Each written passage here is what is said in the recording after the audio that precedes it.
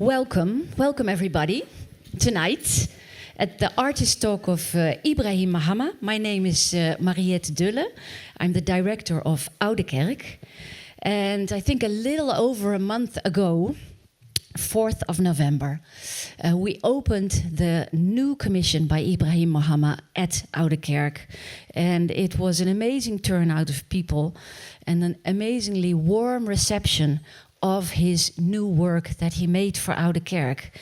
And since that day of the 4th of November, many people have visited Oude Kerk.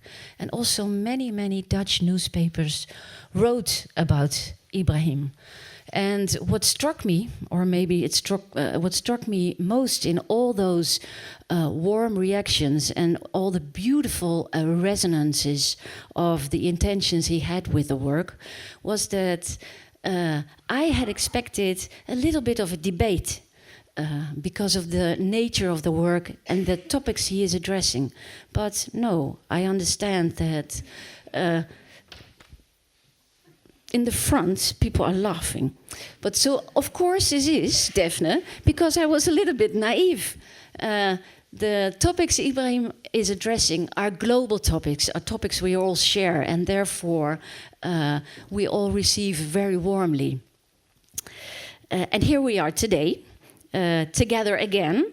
A warm welcome to so many friends, visitors, curious people, interested people, supporters of Ibrahim, supporters of Oude Kerk. Also a warm welcome to our key financial supporters, Fonds 21 and Amodo, to listen to the story of Ibrahim Mahama. We are organizing this talk together with Prins Claus Fund in this special week in which the Prins Claus Fund celebrates the awardees of the Global Impact Award. In 2020, Ibrahim received this award too, honoring individuals and organizations for their groundbreaking work in culture and the development of it. I want to thank Fariba Derakshani for our collaboration. Thanks so much for being here, Fariba. Tonight, after the artist talk, we would like to make extensive room for a Q&A, for a discussion, for a conversation with Ibrahim about the work, about the wider thoughts behind his work. And do feel free to enter in this conversation.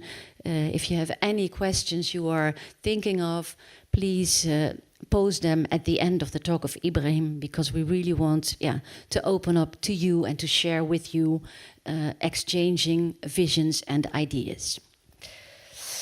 After the Q&A, I would like to invite all of you to join us on a short transfer walk to the Oude Kerk. Some of you, I understood, were already there earlier this evening.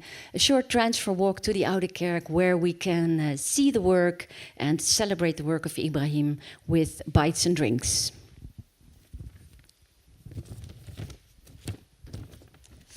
As an introduction,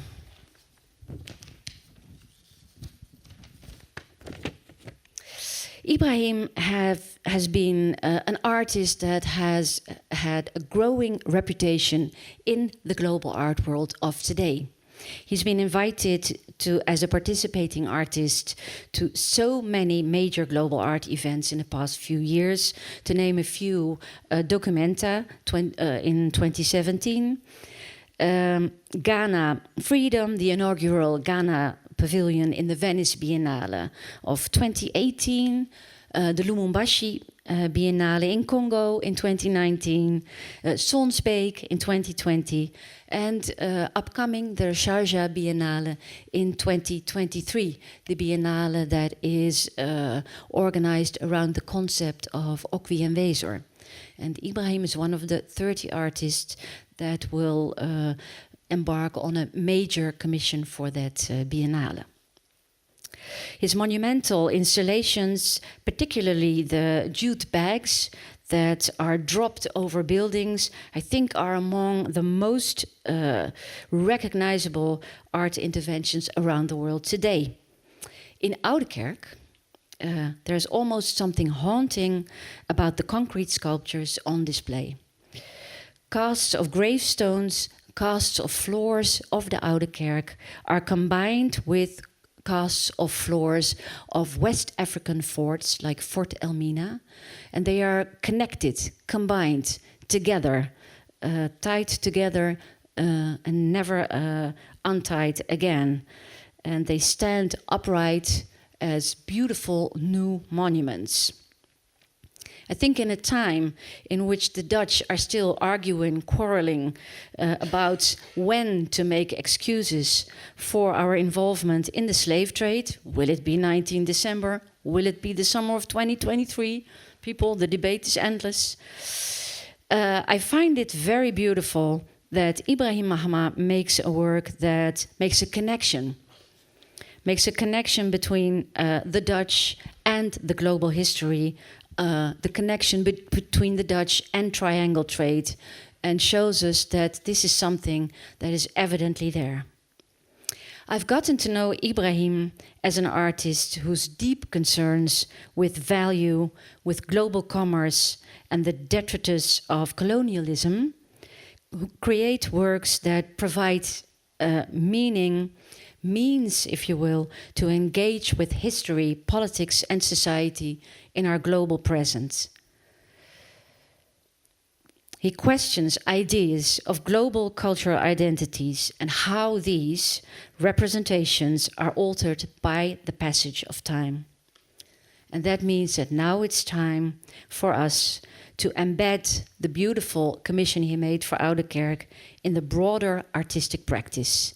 Ibrahim Mahama, please take center stage.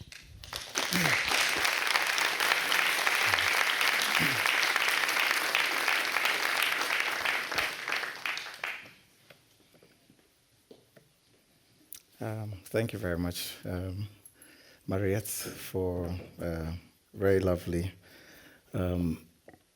welcome. And thank you, all of you, for being here. We've been planning this for quite some time now, so it's quite beautiful to see so many people that I know and also people that I've seen from afar. Yeah, so thank you again for being here. I've always been connected very much to this place, the Netherlands, in a way. From the time that I was in high school, my uncle stumbled upon a Dutchman whose car was broken in Accra, and he helped him fix it. And later on, it happened that he worked at the embassy. And he came to our house for dinner, and he brought me a book by Rembrandt, which was very interesting. And when I read it, that was the first time I got to know about Saskia. That's Rembrandt's wife.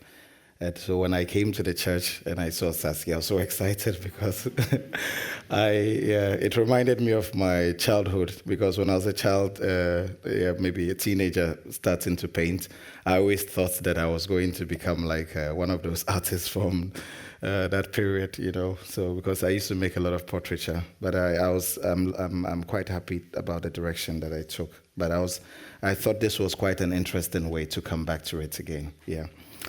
So, and there is my good friend Renzo here, who's been a good friend of our department in Kumasi. Yeah, always controversial Renzo. Yes. Yeah, and then, Raquel, Prof. Zanele, Fariba, thank you very much. Yeah, and winning the Prince Claus in 2020 was really something, because it was a very big time of crisis. Of course, we're all familiar. And one day I got a call from Fariba about this prize. And at the time, I was trying to buy this old building, which had been built by this Soviet building, which you'd see shortly. And I was stuck. There was no money. And I got a call from Fariba. Oh, we're giving you 100,000. So that day, I went to the office and I was like, tomorrow I'm coming.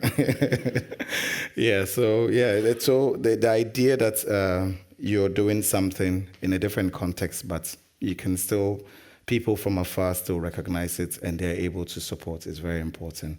And most importantly to the Oude Kerk for the invitation a couple of years ago when we started talking to Jacqueline Then Mariana, and I met Mariette and also with Chloe coming to Ghana with Mariana. It's been quite a learning curve for me as an artist, particularly from the background that I'm coming from as a sculptor. So I would use this opportunity to go more into why I've been doing the things that I do.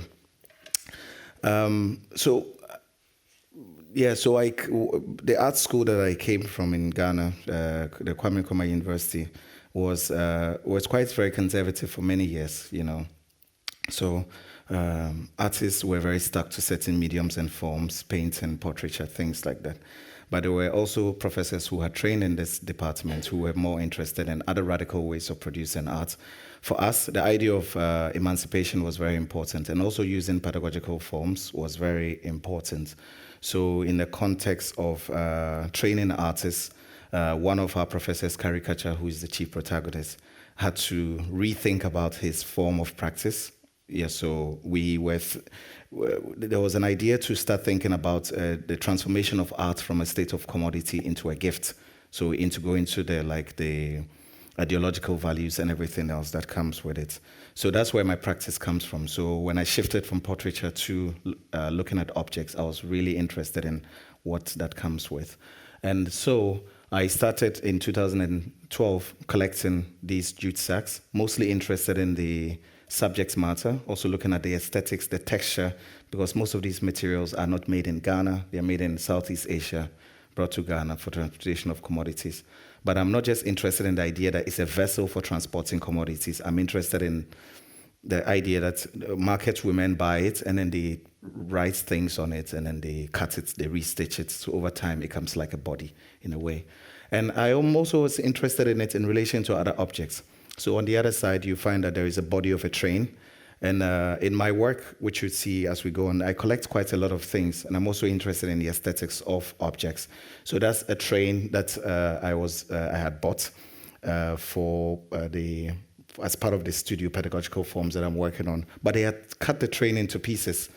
But I had to pay the welders to weld the train back together again because I was not interested in a train in pieces. I wanted a train in piece.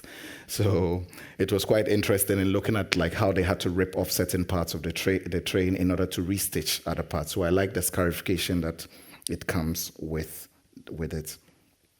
So sometimes you'd see that maybe in other contexts, aside the writing on the materials, you would realize that there is a Ghana Railway Corporation, like looking at details of some of these objects which are ripped apart, which in contemporary art, artists may borrow and use it for their work. But I became very much interested in the relationship between the body, issues of scarification, and how they are connected to economical systems and how we see the world. And so this comes to the image on my left and right is very bad. So if I point in that direction, I mean the far end.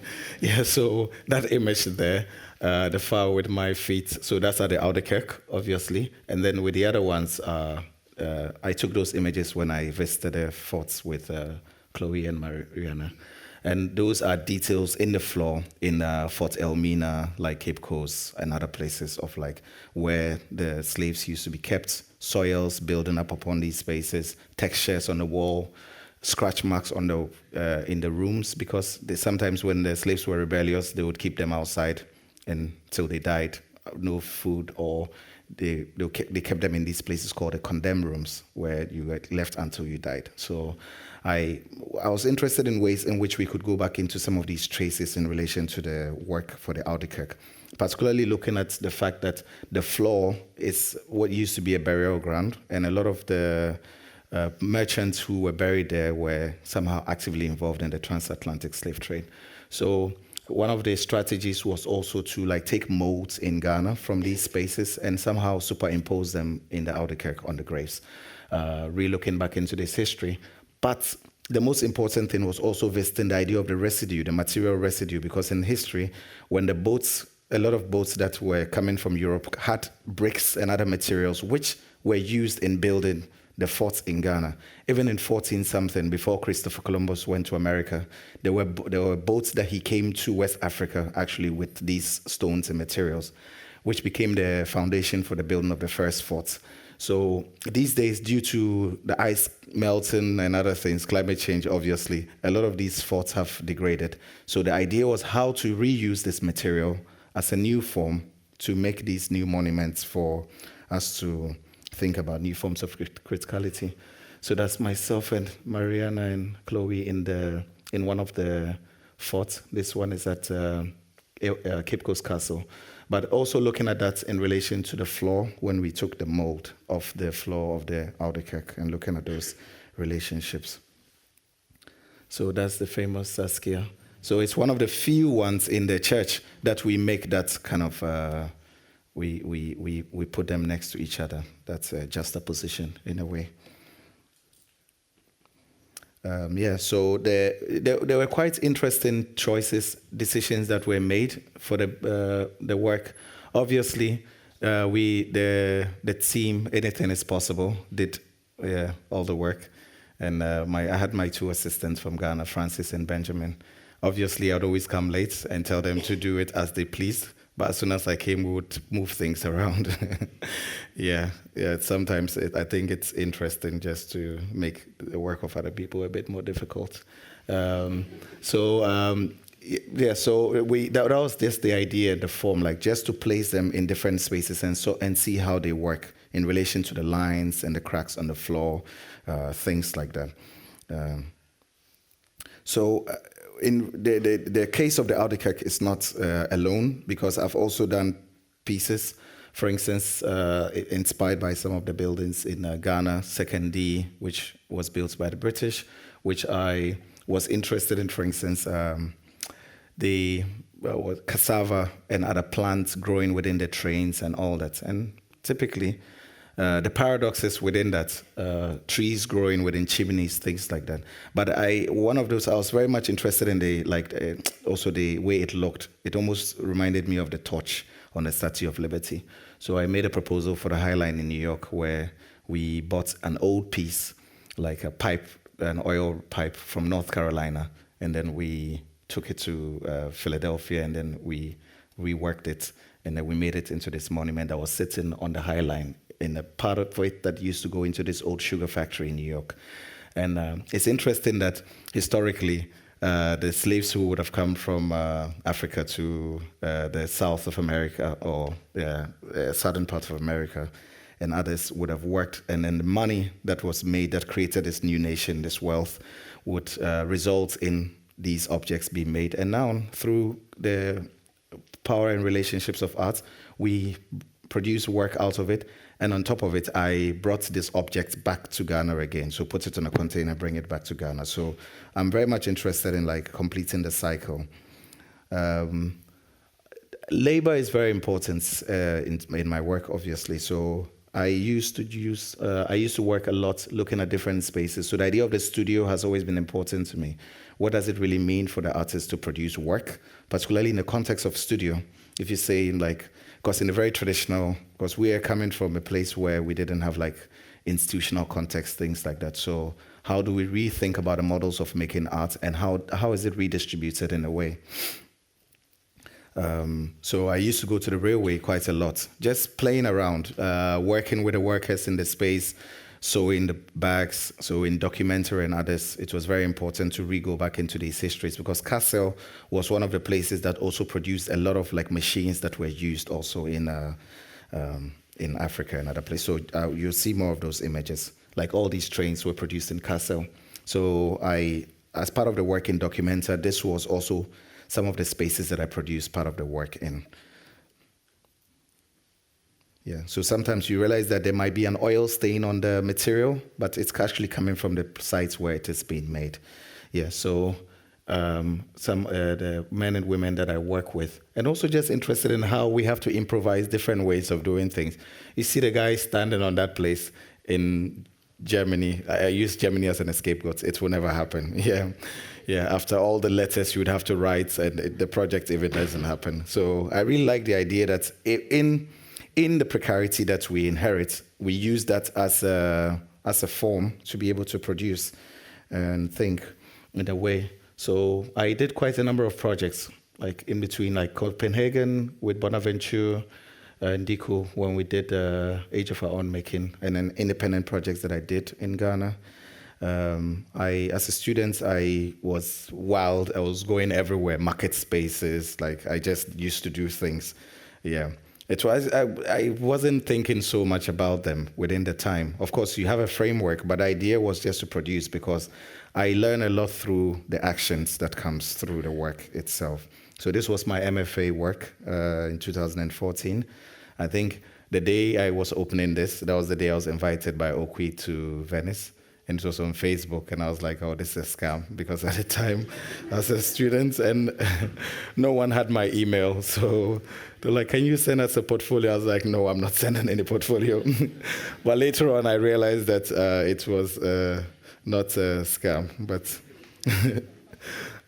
yeah, so some of the projects I would do, and these, it's interesting because some of these, earlier on when I did them, they would, because this entire work took about 3 days to install, whereas maybe just to put a piece of sack on a wall in Europe would take 1 year or something like that. Yeah, to hang your shirt on a drying line takes so long. Yeah. So I really like this idea that we don't have this institutional context back on the continent, but the way that we're able to do things. Yeah, there's a story. The fire brigade had come to that day. They're like, oh, you didn't, like, you need permits. And of course, in the context of Africa, you always know what they want. They just want money. So I just called the man and said, oh, my friend, let's talk. As soon as you say that, they understand what that means. And that meant, like, buying lunch for the personnel every day for the entire period of the project. And I think Europe could use a bit more of that sometimes. Yeah, so I also like the idea that when I'm thinking and producing, like in the context of making the drawings for the projects I do, like going back, looking at the sunlight, wind direction, things like that. So I made these drawings from 2016. It brings me to the idea of Red Clay, the studio project. So that drawing in the corner was a small drawing that I made of thinking about the form of the institution. So like it's not as if when we're making the drawing for the artwork that goes in a museum is different from the work that we do in terms of the pedagogical form. They're all in one thing together. Yeah, so this was at Sydney in the biennial just before COVID. And so just to give you a general sense, so I do quite a lot of different forms, site-specific works, using materials that I collect. And a lot of them are works that when I produce them, they are not actually for sale. I like to keep them because I think that they are important heritage, not for myself, but for another generation that would inherit this experimental wealth of ideas through an artist's work, in a way. So I've made different works in different forms. So the white cube, the last show titled Lazarus, and some of these are some of the drawings that I would sell and use that in order to be able to fund the projects that I work on. So this is Capital Corpses, made up of these sewing machines and desk, and currently it's being owned by the museum in Brazil, Neotin. So this was in the FRAC just this year. So it brings us to Red Clay. So I was talking about the studio idea, an idea of the studio being this space where forms, experimental forms happen, and we're able to play with land, the idea of land, not in the context of, let's say, modern art where artists were making land sculptures or things like that, but the idea of understanding the concept of land itself and what it comes with. So in 2014, when I sold my first artwork to the Saatchi Gallery, that was my first international show.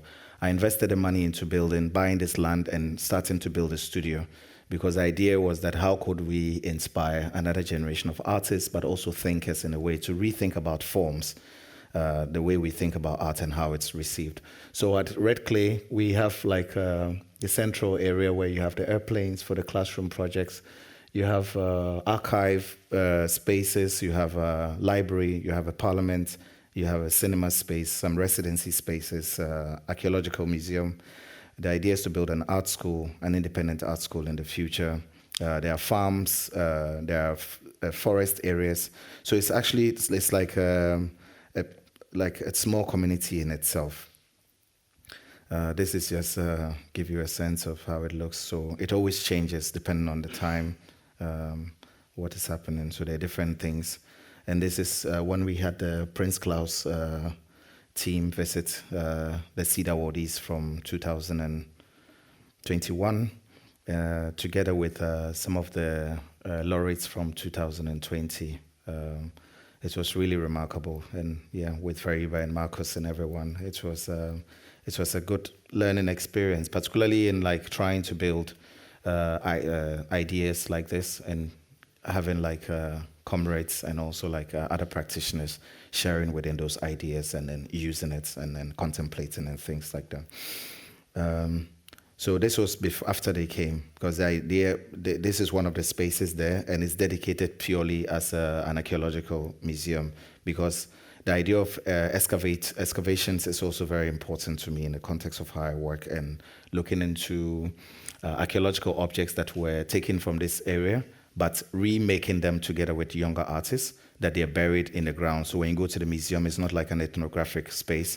You go there to produce, bury things, excavate them again, things like that. So I like these kinds of experimental forms.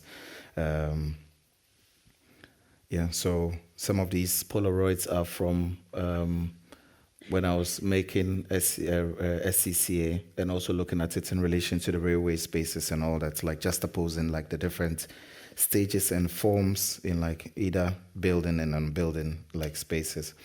So I was talking about the archaeological thing, and as artists, how it's important also for us to somehow excavate practices. So in the case of Dawson, Ajmanose, Ben Saibu, people like an older generation that has been invested into culture in very different ways and forms. So that was also one of the inspirational points, that how could we as a generation somehow, because we're a bridge, because imagine I'm 35, and if let's say I'm supposed to die at 70, I'm at the middle of my life, and you can see yourself as a bridge in a way of connecting to a much younger generation and also like an older generation already. So for us, it was very important to find ways in which we could bridge some of these gaps, and using the context of art, the transformation of it from the commodity into a gift allowed us to be able to do that. So you have Selom, the artistic director of SCC, and my other colleagues working with Dawson and many other artists and doing workshops, connecting through the artist's work and what it comes with. So some of these images from some of the exhibitions we've done in the past. And the transformation process is very important. So you have people, laborers, workers, security men, whoever. But the idea is that at the end of the day, if we're making work as artists, it's not like in a modern art museum where the white wall, the museum is there. Like you commission the artist, he comes to put the painting in it, and we talk about the painting. But for me, it's always been really important to look into the way that the institution itself is built. Art making is not the fact that we are done and then we make art. The entire process is the art making in itself. So how we call him assemblyman, and he, like when kids are there, when they come for visits, he does these tours with them. His son was 5 years old when we started building this space, so he also does a lot of these tours. So I'm really interested in how, like, situated in the context of an art institution in a rural area or a village, which traditionally would not be in New York or London or Amsterdam or elsewhere, even in the continent, in Accra. But the idea that it could somehow reshape, also borrowing from like ecosystems and different forms of intelligence that exist within this area. So we might end up collecting things, but those collections also do different things in how, because as a young boy, it's much easier for other children within his generation to relate to forms. So it's the forms that he describes. So this is the train, like some of the archives from the trains or photographs. Even things that I collect that always seem strange to people, like jet engines or gramophones, things that I wasn't familiar with in my own childhood, but how that helps within this new transformational sense in terms of describing the world. And genuinely, you can see that there is it creates room for a different kind of understanding regarding like what art is and how we look at it in a way. Even some of the market women who would come, because ordinarily these people would not go And if it's in the city, mostly where the institutions are, you don't even want to go there, because sometimes you're not even allowed in because you don't fit the dressing or whatever, which I think that is important in the way that when we are trying to redisseminate art, the institutional context is important as part of the redissemination process in a way. The digging process. So this was the building I was talking about, which the Prince Claus Fund intervened on. And when we were digging out the soil from these buildings just to allow for the ecosystems, because there were bats, fishes, snakes, birds living in these space, and thinking of ways in which we could somehow rethink about cohabitations by transforming it into a cultural institution, but allowing for forms to grow. I was also thinking about it in relation to maybe different forms of excavation, because when you produce a work of art with like residues of history, and then there's another generation that is somehow contemplating within their own minds, and also there's also some kind of archaeological exercise that happens within it. Yeah, so again, when we work with machines to excavate sites and spaces versus commissioning the welders ordinarily to weld trains back together again, there's a question of what really is the excavation process, because for me, I like to look at the relationship between things. So though one might be a building, one might be like a train or a plane or whatever, for me, it's the same thing, or the stitching of the bags or making of the tombs for the Oude Kerk or whatever. It's all in the same thing. Yeah, so you find Selom doing the tours with the school kids, or even you see in the image that there's very little light, because we commissioned a Venezuelan artist, Ana Alenzo, to produce a site-specific work for it. But she had to use very minimal lights because there are bats living in the building. So how to be also respectful of the ecosystems whilst we're producing art was another thing to consider. And also how to look at the relationship between like for instance, now that we have the airplanes and we're using them as classrooms, like occupying the void of it and then teaching, let's say, drone technologies or like coding or drawing, agriculture or whatever. What does it really create? I'm really interested in that kind of singularity that happens within that explosion of ideas and forms, but also in relation to the bats that hang in the building. So similarly to making those bats in resin that would end up in the Oude Kerk, because the resin bats are still coming from fossil fuel. So though they are sculptures, but still DNA, they still are very organic in a way. So I borrow a lot from history in a way also. So I look into like the transportation of trains, early 20th century images, as a way of rethinking, like trying to find energy and form, inspiration, and then using it to gather these materials like the trains and planes I was talking about, working with people ordinarily, and then transporting them across large surfaces. So this one was from, where was it? Yeah, there was a plane that landed in one of the airports in Ghana, and then I saw it and I was so excited about it. And I was like, we need to transport this airplane. Yeah, there were many of them, so there were like 8 of them. So I had to negotiate, and then we were working with the police, the fire service. So even using like the idea of the state apparatus, which ordinarily would not function well within culture and things like that, you can just shift it a bit and then it works differently.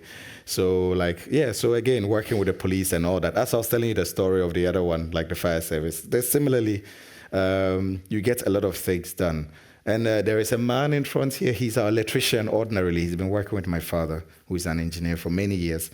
And he's the one who does the electrical fittings in the institution. But when we're transporting the plane, he was the one that would go with us to disconnect the electrical power in the high tensions, because they wouldn't do that. Because when we call the electricity company, they were like, oh, no, we're not going to do it for you. So we have to find another way. So I like the idea this was interesting because for the first time, you could see these objects in relation to ordinary things, in relation to a mud house, a motorcycle, an agricultural farm, like a car, like a tractor, or even the trucks that bring food to your house or whatever. Because the idea was to somehow demystify it. So it was very interesting how these kids, whilst that day I was going around taking photographs, and later when I was looking at it, I realized that there were some really interesting images among them, because if you lived in an area where you never had any, like these images, like in terms of form, very distant from you, and suddenly you just wake up. It's like a science fiction movie, like a Steven Spielberg production. But I really like the idea that in the transformation and like rethinking about these forms, even in the rural communities, it always showed the edge to somehow, it's like, because people always say things like, oh, but the people in the village, they're rural, like they're not educated, things like that. But there are different forms of intelligence. And as I said again, the precarious gift is very important. When someone that works or grows up even in a farm, the way they think about life, culture, and things, and how they come into it, can also be like precious gifts in a way to look at the world through. So I did a lot of these series of drone images of like the transportation of the objects across different landscapes in Ghana. And they were very serious, but as you can see, once it's in the landscape, we like the children to play in it and like it changes the image. Before, in art, you would have to construct this image in your mind, and you'd make a painting of it, and then it will hang in a museum, or even let's make a photograph of it. But I really like the idea that it goes beyond the idea of the static image. So these are again images of the things in the airplanes, coding, which a lot of our colleagues also work on. The welding of the trains, things together by the different men.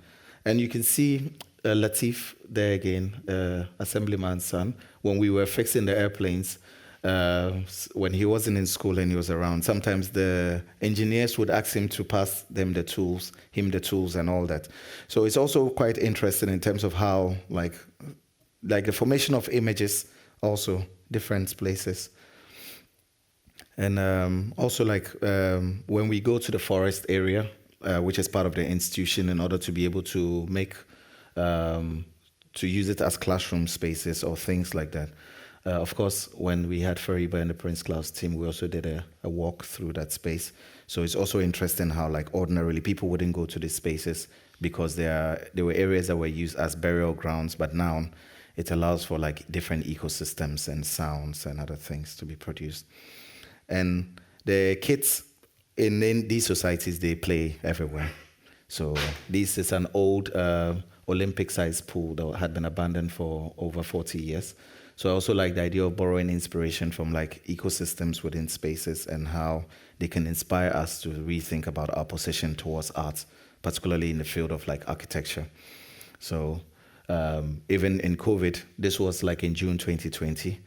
Because we were lucky in Tamale, we only had 1 day of lockdown, so there was absolute freedom, And the kids used to come and swim in the parliament, this artwork which I made into an architectural piece. So I like the idea that in the building of the architecture, many things happen. So it's almost as if we are witnessing the building. It's not like the building as in done, but the excavation process. So when we're doing tours, we also go around with buses and we bring kids from villages. We schedule it every time, and they always see the growth of like it's almost as if they commissioned us to build these spaces, the greenhouses and all that. And I really like the idea of like building the idea of the memory, like as part of like the way they think about culture. So there are different forms. So I like to juxtapose like the different stages of it. And some of the images, again, like school kids coming to see archives, things like that within the artist studio. But these archives are coming from the early 20th century. Of course, this is pre-independence Ghana. And a lot of these men worked in a very different administration. But the idea that whatever precarity that existed within that time could, again, as I was talking about, become like another sense of gift in the way we reread the world in a historical language also. could be interesting, an aesthetical one. Yeah, this there was a young man who came to the studio one day with some visitors, and he was quite like he was just amazed. He was like, "Oh wow, I've never been exposed to like something like this." So he was so excited, and a lot of these people, you can imagine that they live by the day because every day he has to work in order to be able to feed. And he stopped work. It was in the afternoon, and he went home and he brought like all the kids in his house, yeah, as a gesture, because he wanted them to see what he had witnessed that day. And it's interesting because it's quite, for art to be able to, the idea of art and the gesture to be able to do that is quite important, particularly within the time that we live in. And it's also interesting how you see there's a wood in the chok, and it's meant to carry only 3 people, but there are 15 of these kids that he's packed into it. So it's like, this is like a do or die affair, like we are going. If the police doesn't arrest us, we're getting there, something like that. But I really like the idea that, as I was saying before, that art, because now it's given a different sense of agency before, where we say, oh, but maybe there's a group of people who can experience art. But the idea that just with rethinking about the model of art, it can almost inspire someone and not scare them, that they would go a long way to even risk because this is a risk in itself, because those tricycles, they are very volatile. Yeah, even when you're just one person sitting inside, it's something. How much more 15 bodies? So it's a precarious one, but I think it's also an interesting one. It presents us with something about the world. I also like the idea that in this next series of images, which I'll glance through, you'll see the images from the Parliament of Ghosts, which is part of an extension of the institution, which is the building of this architectural space, extension of the studio. But I've always been interested in the idea that in the building of this, we occupy, we use. So school kids use it for school workshops, whatever. Some of them come there to just look at it, like it's an artist's work, a drawing or a painting in progress, something that they are looking at. And the construction workers are obviously building at the same time.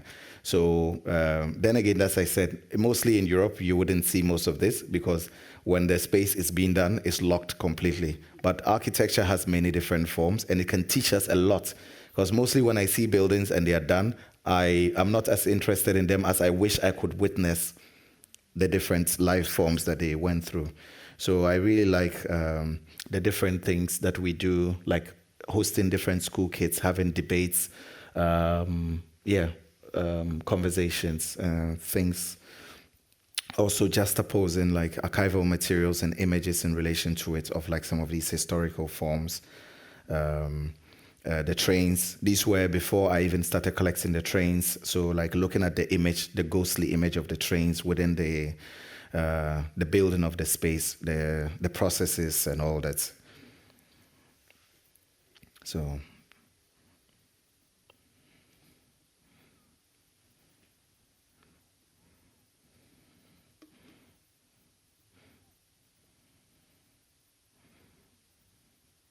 just thinking about form, experimenting, just because when I do them, it's not as if it's an exhibition or a form, and I do countless number of them, so I just do it.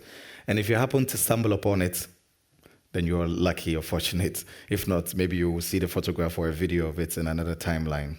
But I like the idea that just the sheer idea of experimentation, and also re-looking at the relationship between like dealing with these organic systems versus the archives and things like that with the community. Because the same women that we work with in producing this work that is an artistic form gesture versus they looking at the archives or looking at drawings or things like that. Where do we somehow like really think about art in terms of what it is? So these are forms again. So looking at architectural forms, like historical machines. So I collected quite a lot of these things going around the country over time, like the train, the seats from the airplanes as organic material forms with the seats. A lot of those seats were made in the early 20th century by this British company. back then. And it was very iconic. Your father was the only one who sat on this chair in the house. So it's like there's a very specific memories also to some of these objects, like looking at it in relation to organic life form, blah, blah, blah. And also the process again. So you can realize that it's something that we had to dig out of the ground to process. It's an entire series I've been working on, which consists of 500 images. So I'm still working on it until it's done. But these are just a few of them. There are more other ones. And again, when the work is in a white cube or wherever, for me, the success of an artist is not just because they show their work in Documenta or whatever, but the idea that the work that they produce somehow, because you're making a work, for instance, in this instance, this work was produced out of the interior of an old factory that was built in Ghana in the post-independence era. It also goes into the history of Ghana in the non-alliance movements, Yugoslavia and all that. And these factories were decommissioned. A lot of the scales that you saw, they were coming from factories like this. And I asked myself, if you're going to like use the internal organs to produce, let's say, an installation, does it only have to, because historically these would end up in, of course, there's one in the National Gallery of Canada, one in Miami, there was one in Boston. But the idea that the central part of it, the most interesting part of the work would be in this local community, I felt was very important. And the school kids who came there that one of these days, they wanted to come to the institution, but there was no money from the school spontaneously to get a bus. So they turned the going to the museum into a PE exercise. So they had to run 40 kilometers in and out.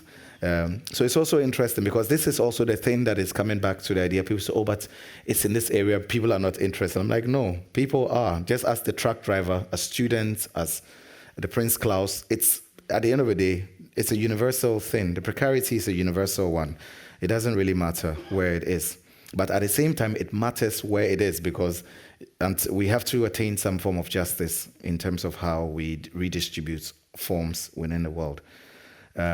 There's a lot to learn from teachers, particularly people who teach in rural communities who are not paid much, but how they are also constantly inspired by their own students, and sometimes they'll use their salaries to buy uniforms for them or take them on school trips to spaces and things like that. So I think that in arts, there's a lot of room which allows us to be able to think about, let's say, the many contributions that many people around the world make in order to be able to sustain the dreams and aspiration of people. So this is the usual suspects, Prince Claus team.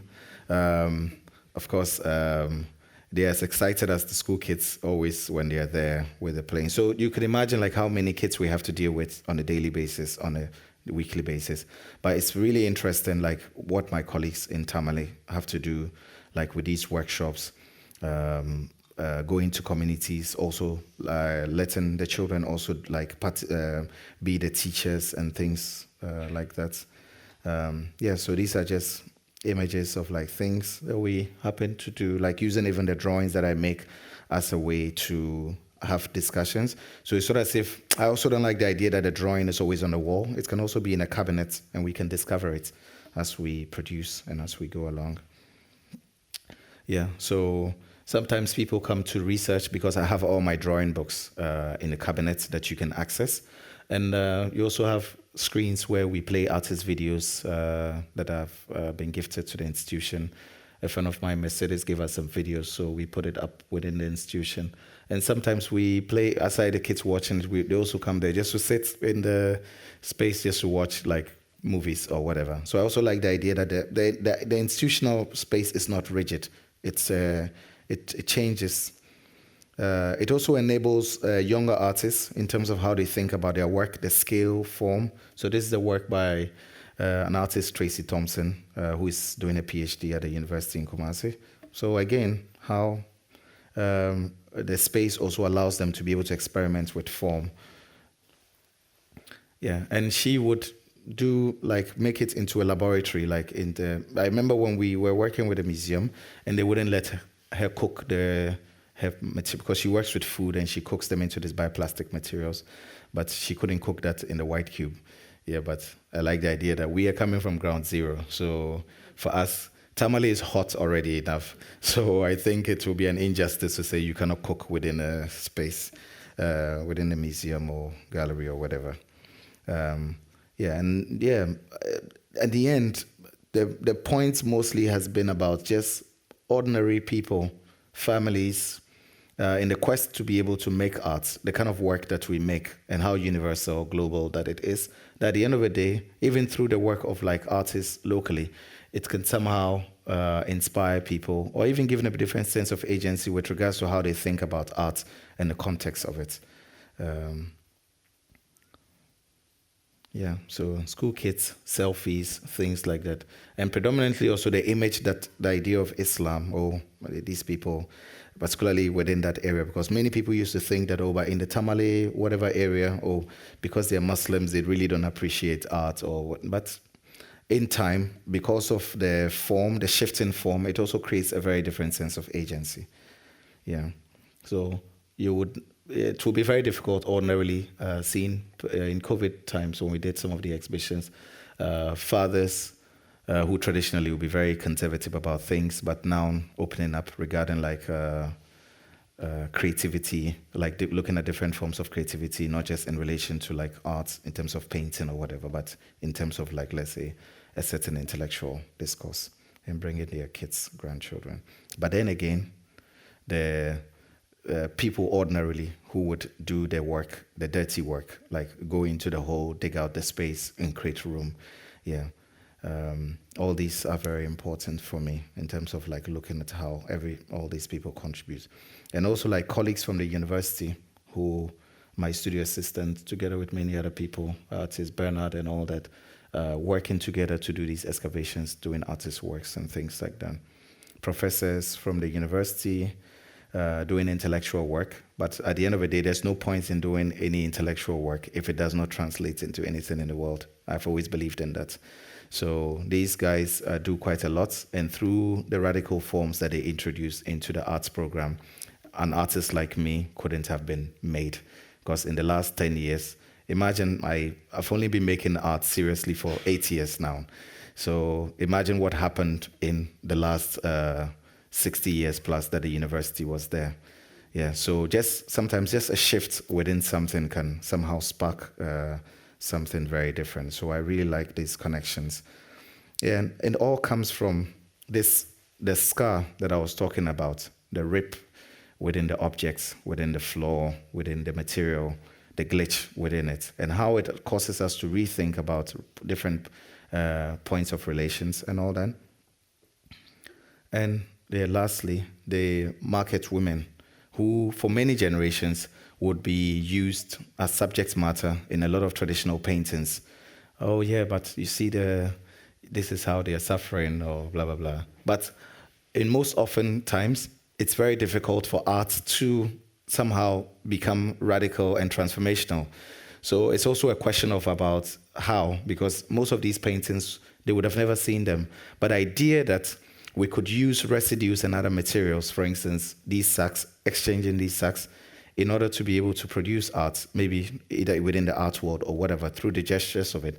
And we could build all these institutions, or even buy the trains that traditionally were used in exploiting raw materials and things like that. At the end, it rather seems that death as a material or as an entity is more potent or important to us than the life that we chase, because death is more poetic, and then it gives you the chance to be able to look at many different dimensions and realms and things like that. So I wanted to end it here, particularly within this image, for us to really think about like when we're thinking about art, particularly when you're looking at the work in the Oude Kerk and things like that. It's very important to think about it in relation to like all these different spectrums and what they can present to us in the future. Thank you very much.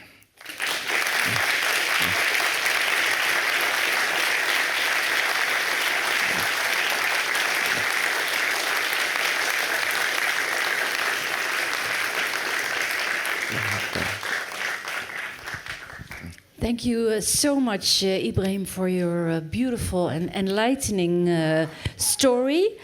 I would like to open up the room for questions. if I can see I can see the audience. Does anyone want to share a thought or a question or an idea? Oh, sorry. Yeah, of course. Right. No, just a quick one. In the beginning, you talk about your practice in collecting. Yeah. So I would love if you can tell us a little bit more about that, in a sense of what's the force behind that, and if you have articulated a thought, if there is a relation between that and the precarity part, because on a superficial analysis, the two things can be also considered, at the opposite of the spectrum. So I'm kind of wondering about this. Yeah, this the relation. collecting part, for me, it's always been there. Even when I was a student, I used to go around collecting parts of old buildings, things like that. I was always fascinated by the aesthetics of those, of course. Preservation is also very keen to me. The idea of just preserving something, it's very important to me. I can imagine that on my part, it's not so precarious because this is an artist who is earning money from his work. And because people always think that I'm crazy because they're like, oh, the guy who is interested in the scraps or things like that. But once it comes together in order to be able to produce a form, an artistic form, they say, we didn't really think about it within this sense. So for me, I've always thought about it within that. Of course, you can't be too careful when you're collecting these things or think too much into the future. For me, I see something that based on the aesthetics, I think this is interesting. Let me just collect it and see what it becomes. And then 5 years later, you decide that you're going to produce a work out of it or something. So there's quite a lot of things that I've collected over time. From even the shoemaker boxes, when I started with the non-rentable, I was just collecting them because I thought that they were interesting.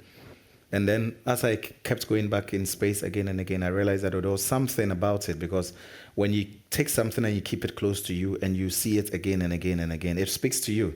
I always feel like there is some kind of, there are like these voices or ghosts within it. Even when I sleep at night, sometimes I wake up and I cannot sleep because you feel like there are some spirits in your head. And then you write, you make notes, and then you try to go back to sleep. The next day, you encounter different things. So the collecting is on many different things. They're on thoughts, they're on forms. Yeah, it's, yeah.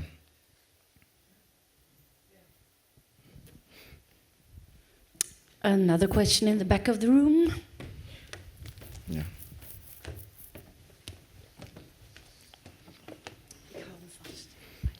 Oh, yes. Thank you very much for the beautiful presentation. I just have one question. How do you deal with resistance from your community? Because it's so inspiring, but oftentimes you still have to deal with resistance. As a Nigerian, I think about, how to share work, how to engage, and how to inspire. But there's so much resistance, and it would be really nice if you share how you navigate that. Well, I guess if you're an artist, you come to understand that you have an idea or a vision of something that you want to do, and many people will not understand that. Yeah, so you have to be very focused in a way. Yeah, the trains, I've been chasing them for how many years? For 7-8 years, and yeah, of course, there are artists like Christo. I liked Christo's work when I was a student, not because of the forms, but because of how long it took him to realize the forms. Also, yeah, the idea that someone could just wait for 30 years to realize a form was very important in a way. And also,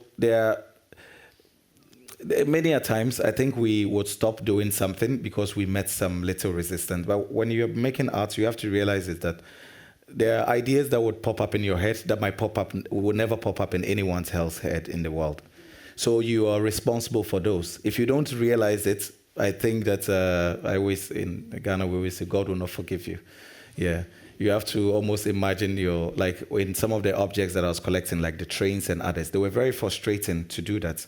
But you also realize that if you didn't do it, a lot of these objects were being cut into pieces as scrap, and we were just selling them to the Indians and the Chinese to melt them into making steel and others. And I thought, like, as again I said, the last line of defense, if there was an asteroid heading towards the Earth, I was telling someone, and you were a missile being thrown out of the Earth to intercept it, you don't have any time to make a detour to Mars or whatever. You have to head towards the asteroid, and that's how art sometimes you have to behave, because there is something that needs to be done, and it has to be done. Not in a sense that, but of course, when you're doing it, many of the people within the community, you have to realize that they are ordinary people who are very much interested in what you do. But most of those resistance probably might be coming from, let's say, the state, institutional bodies, or things like that. But once you overlook that and you realize that there is a real reason why we make what we do, I think we just have to stick to it and produce it. And then in the end, we will learn from whatever that comes out of it. Question or observation? Yes. I'm coming from this side.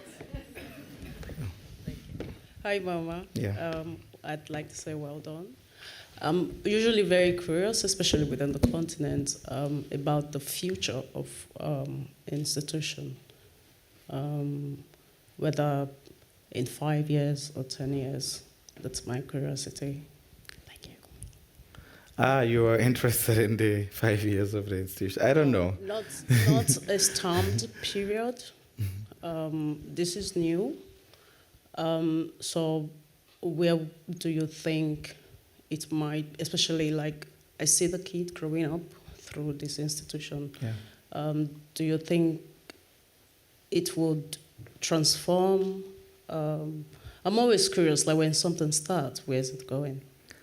Yeah, myself, I'm also curious. Yeah, I won't lie to you. I'm also curious because sometimes I see things happening and I'm amazed. I'm like, oh, wow, I didn't really think about this, but it's curious. And that's how the institution has developed over time.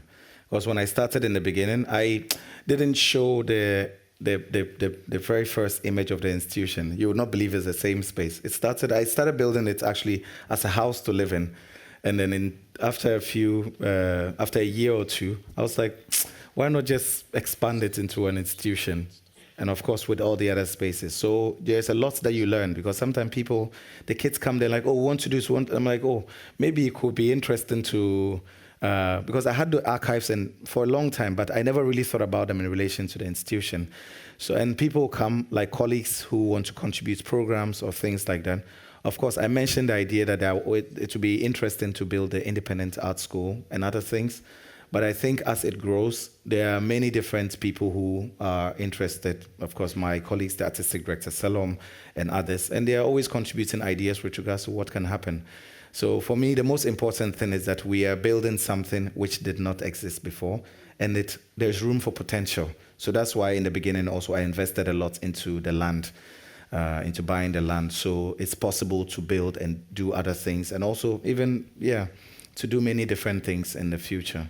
So maybe one of you here has ideas or forms and you want to do something. It's possible. Maybe we can borrow ideas from other places. We can borrow this to do things elsewhere. I don't know. But the most important thing is that it's almost like an open source thing that we can rework it whichever way that we want to. There is a question at the back. Question. I had one in the front. Oh. I had a question. Oh, thank you, Ibrahim, for the wonderful presentation. I have a question about this most recent exhibition at the Oude Kerk, specifically about weight, because I was talking to Zanille about it. So I wanted to ask you personally. When we look at the work of labor, the team that you also center a lot, and the role of this labor in your work, I think of the people that you showed, those who the men that you showed that did a lot of labor in moving the groundwork, and I think of, on the one hand, there's the weight of the labor that went into getting this material that is in the Oude Kerk to mirror these kind of transatlantic routes. And I'm thinking about the cost also of that, of the weight of getting these works from where they were to where they are now exhibited. And then I'm also ethically thinking of like the price of that cost, what that symbolizes when it comes to, for example, maybe in my head, I think I go back and I think of like I try to multiply these prices and I think of other things that could be paid with this as well, what they symbolize. But then again, when I listen to your presentation, I hear that this labor was also paid for and was also redistributed in other ways, right? So there's a lot of complexity for me in that.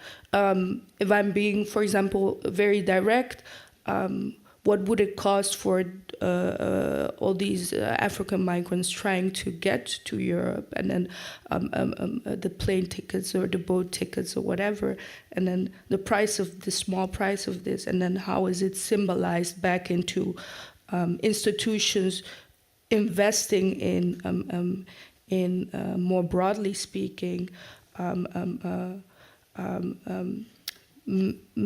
transporting artworks across these oceans.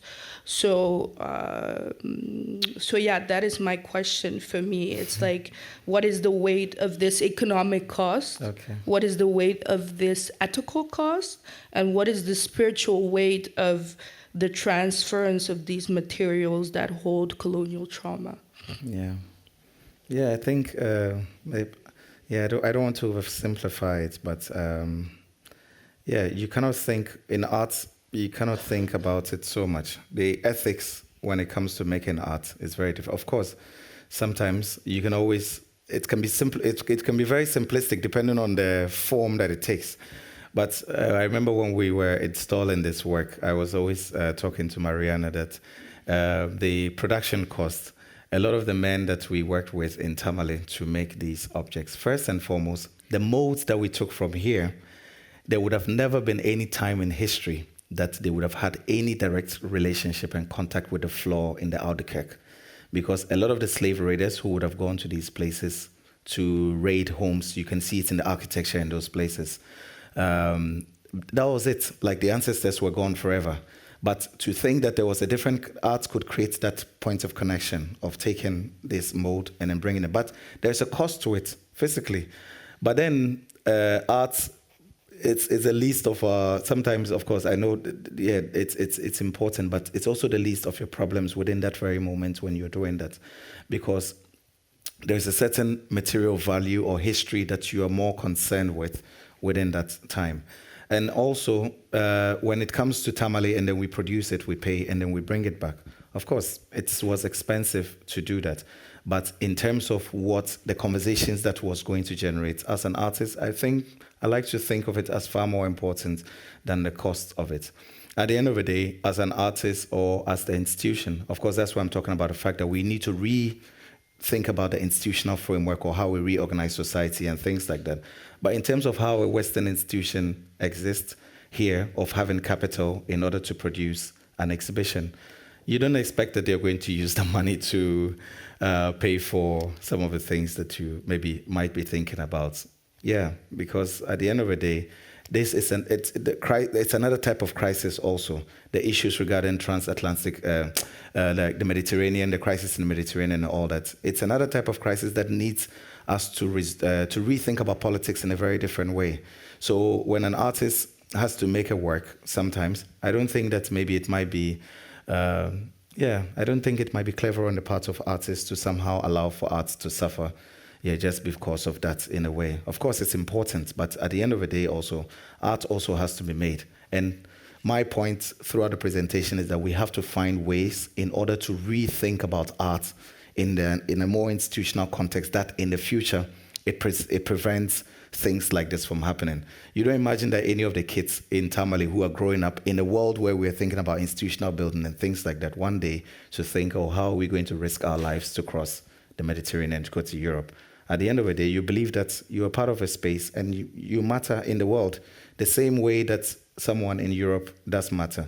That's been a problem on the continent all these years, that simple idea of lack of belief, that someone thinks that I might as well stay in Europe or risk my life to get to Europe rather than stay on the continent.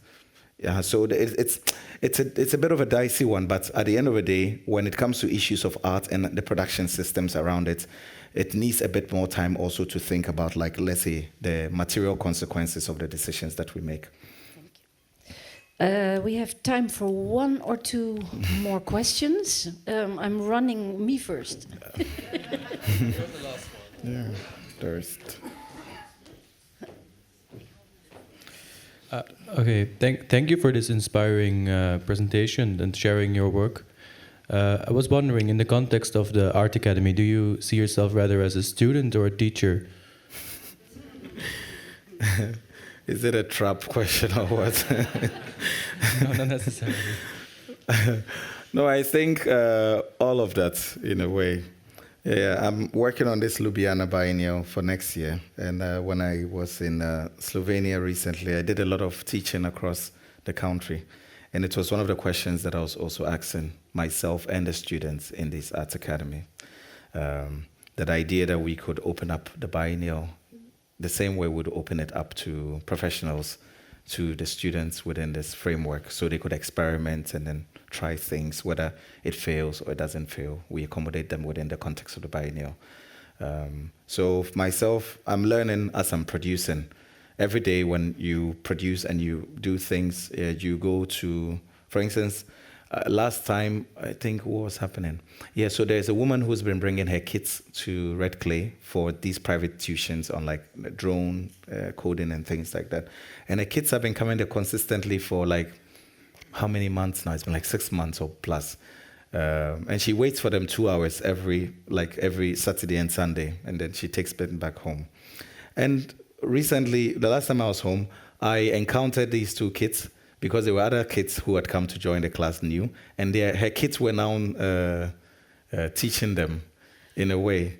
And they also have a way of teaching it in such a way that sometimes I'm like, I don't know this thing, I don't understand what you're talking about. Also the language that they use, because once you transfer it from English, because I was born in this village, but I didn't grow up there, and I grew up in a city, but of course my mother spoke the language with us. You go back, you speak the language and realize that, you have to really learn the language very well. So when the kids take this knowledge and then they transfer it into the language, you realize that it produces new forms and all that. Of course, that's just one thing. But to say that there are many things that you can learn. Yeah. Final question. Hi, Ibrahim. Thank you for the talk. I've been a fan for a long time, so it's great to see you and actually understand your work and what you've been doing in Ghana. I also grew up in Ghana, so I think it's quite very revolutionary for the people and the children there. And my question is, how do you see yourself in the greater space of Ghanaian art, like now? Because it seems like in Accra, it's more based on commodification of art and the individual artist itself. When you look at places like Nodo Residency and the other galleries in Accra. But you are more based in the community and impacting your knowledge from there to another generation. So how do you see yourself in that context? Do you think there can be a collaboration between those two points of perspectives? And is there any kind of institutional support from the government to create more Right Clay studios around Ghana and inspire more children, basically? Yeah. This question that you're asking regarding support from the government, do you work for the government? It's quite tricky, but I'm thinking you have a lot of influence in Ghana, so maybe you can lobby, No, it's for me, it's interesting. Regarding the government, there is no support. You will not believe it. I've never had one single person from the cultural ministry visit the institution before. Really? Not a single one. Never. Yeah. I've never even met anyone from the cultural ministry. Yeah. And it's been 8 years now. Yeah. I think politicians are more interested in commissioning boreholes than investing into things that are much more long term. But in the more seriousness of like the arts institutions, I think that's when I started in the beginning. I was trying to start from the Arts Academy in a way, because for us that's where we came from. So that's why I was I was saying that we started from the idea of art, from transferring it from a state of commodity into a gift, but not just any gift. We understand that the gift can be precarious, you know. If you find yourself in an art academy, like many artists around the world, the idea is to produce work. Because I always think that there are different forms of producing art. One, you could say that, oh, they are talented artists, let's give them studios in the forms of residencies or whatever, and let them produce. Whereas I might say that, okay, let's build something together. Let's see how you learn in the process of building. Maybe the way you think about art might be transformed in that process. So maybe you were a painter, but the way you think about painting might change. Maybe the materiality, the subject matter, how you process things, it might change. So it's also a question of education also, because you also realize that there are a lot of artists also who came from the art academies before within Accra and other things, and their training was very hardcore. Of course, if you're a painter and you make interest in paintings and collectors want to buy them, you make more of those paintings. Whereas we from the Arts Academy, where we had to learn maybe Karl Marx or what's this guy's name? Walter Benjamin, and all these contemporaries, thinking about ways in which the art as a commodity in itself, in terms of how we think about the form, how we produce it, the labor that goes into it, even how you look at it, the perspective that it creates, the spectacles around it, things like that. Mostly in arts, you don't think about those things. And that's the thing. Yeah, don't worry. Thank you so much, Ibrahim. I see that I have one final bonus question. Don't panic, it's me.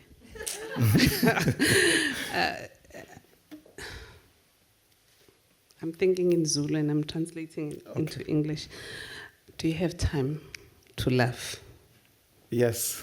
To be loved, to breathe, to exhale, to cry, you know, because oftentimes artists are seen as machines. Mm-hmm. Nobody ever asks simple questions, but yet they are complicated questions. Do you have time to live, to love, to cry, to be intimate, to feel someone accept your project? Forget about the aeroplanes, the trains. You know, I said to my friend, I wish I was born late. It's so unfortunate. I love you for me. Please do get some time to connect with another body, because it's really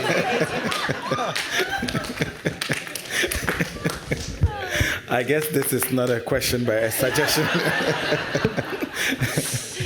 I think this is such a beautiful, beautiful remark, and it applies to all of us. I also need another body to... but no. So Ibrahim, I'm going to save you a little bit. Yeah. Thank you so much, Zanele, for this beautiful, beautiful remark. Thank you, Ibrahim.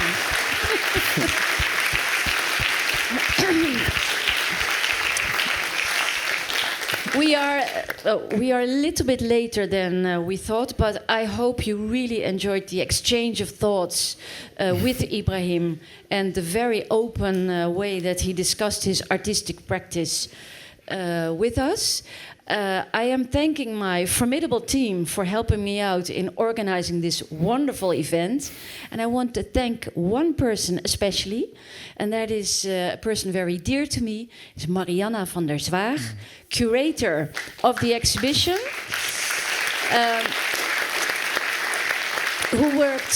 she worked so closely together with Ibrahim on this project. And every day she said to me, I want to put Ibrahim first, artist first. And again, I find that a formidable position of a curator that I find highly commendable. And thank you so much for sharing everything together with Ibrahim and enabling him to make this wonderful work for Oude Kerk. Thank you so much. Having said that, very personal, I would like to invite you to join us all to take a short walk Dutch way, to Oude Kerk, and we're going to go right through the red light district. Do not touch any other body. It's not allowed. And if you don't know the way, there are two lovely guys that we can follow. One has an orange hat. And the other has a green hat.